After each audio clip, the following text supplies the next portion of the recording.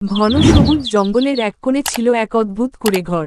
ঘরটার ছাদ বাঁশের, দেয়াল কাদামাটির, আর চারপাশে ঝুলে থাকত শুকনো লাউ আর মরিচ। সবাই সেই ঘরকে বলতো বুড়ির ঘর। সেখানে থাকত এক রহস্যময় বুড়ি, নাম তার হরিমণি বুড়ি। কিন্তু গ্রামের লোকেরা ভাবত সে নাকি জাদু জানে। একদিন তিন বন্ধু, রানা, পিউ আর টুকাই, সিদ্ধান্ত নিল জঙ্গলে ঘুরতে যাবে। তারা শুনেছিল বুড়ির ঘরে নাকি কথা বলা বিড়াল আছে। তাই কৌতূহল সামলাতে না পেরে তারা জঙ্গলের গভীরে ঢুকে পড়ল। পথে যেতে যেতে হঠাৎ ঝোপের আড়াল থেকে ম্যাও শব্দ ভেসে এল। কালো মোটা একটা বিড়াল এসে বলল, তোমরা কি বুড়ির ঘরে যাচ্ছ? তিন বন্ধু তো ভয় পেয়ে একে অপরকে জড়িয়ে ধরল।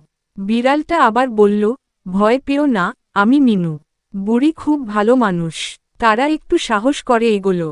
কিছুদূর যেতেই দেখতে পেল ছোট্ট কুঁড়েঘর। দরজার সামনে দাঁড়িয়ে বুড়ি হাসতে হাসতে বলল, এসো বাছারা, তোমাদের জন্য পায়েস বানিয়েছি। রানা ফিসফিস করে বলল, এই বুড়ি তো মোটেও ভয়ঙ্কর না। বুড়ি সব শুনে হেসে ফেলল। তারপর বলল, মানুষ না জেনেই ভয় পায়।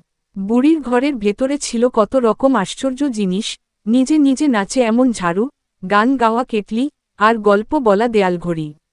পিউ তো আনন্দে হাততালি দিতে লাগল। হঠাৎ বাইরে ঝড় শুরু হলো। গাছ দুলছে, বিদ্যুৎ চকচক করছে।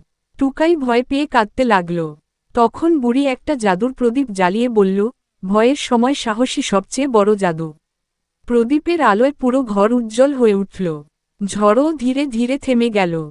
সেদিনের পর থেকে তিন বন্ধু প্রায়ই বুড়ির ঘরে যেত।